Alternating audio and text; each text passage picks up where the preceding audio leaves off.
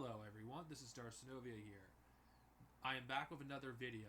This is my review on River of Chaos, which is another comic book miniseries that came out in the late 1990s.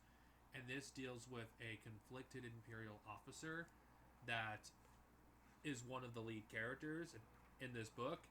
Now, unlike Vader's Quest, none of the main characters from the original trilogy films play a big role here. Leia does, appear in this story, but she isn't a main character.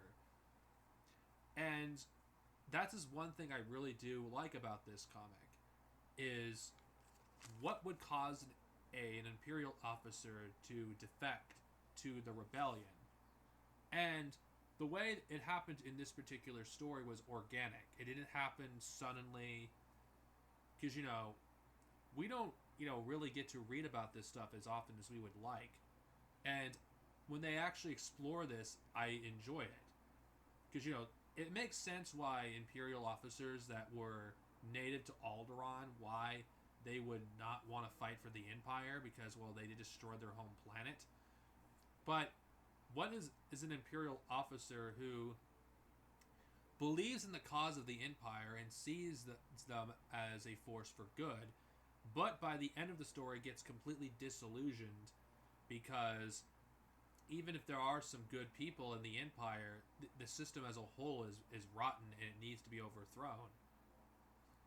I thought that this was a really good story. It also deals with another race that see glimpses into the future and they're obsessed with it, and they see an opportunity to join the rebellion as a way to liberate themselves from the oppressive Empire.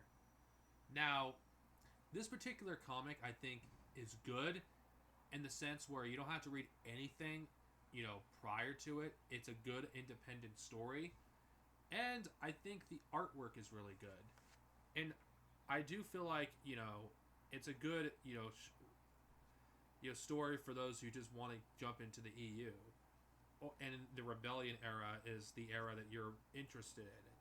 The artwork in this comic, like I always bring up the art because I think it's important when you're talking about a comic to bring up the art, is also good. I think the art is really good for this particular comic. The art does tell the story, and it goes from page to page. It feels like you're like reading it feels like a mini Star Wars movie at times when you're reading this comic, and I think it's really good. And it deals with other characters that you don't see in the movies.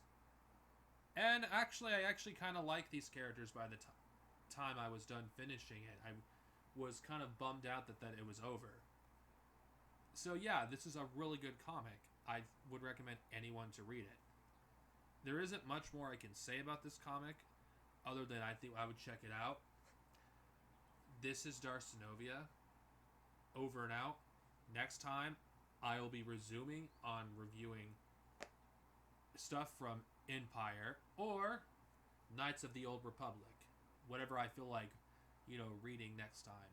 Over and out, everyone, and please, stay safe. Thank you.